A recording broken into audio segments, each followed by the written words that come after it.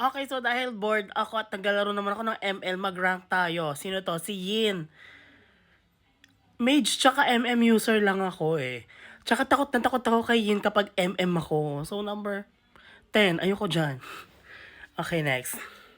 Benedetta. Siguro naman lahat ng MM user takot sa mga assassin. Ayoko yan, number 8. Bigyan niyo ko ng MM or mage. Si Khalid. Huy, kapag tinitira ko ng Layla yan, kapag nakaano siya, yung may sand, ayoko din yan, T7.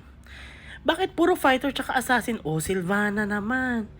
Pag nakulong ka naman nito sa ring niya, ayoko din, T6. Kailan nyo ko bibigyan ng MM?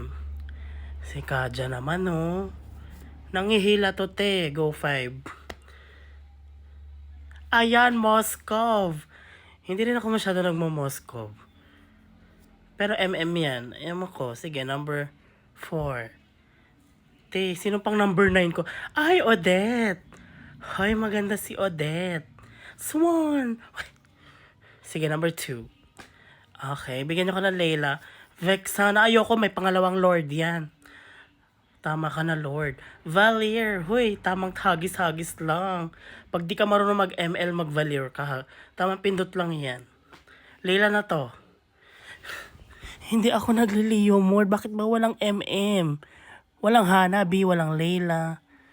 O, comment for part 2.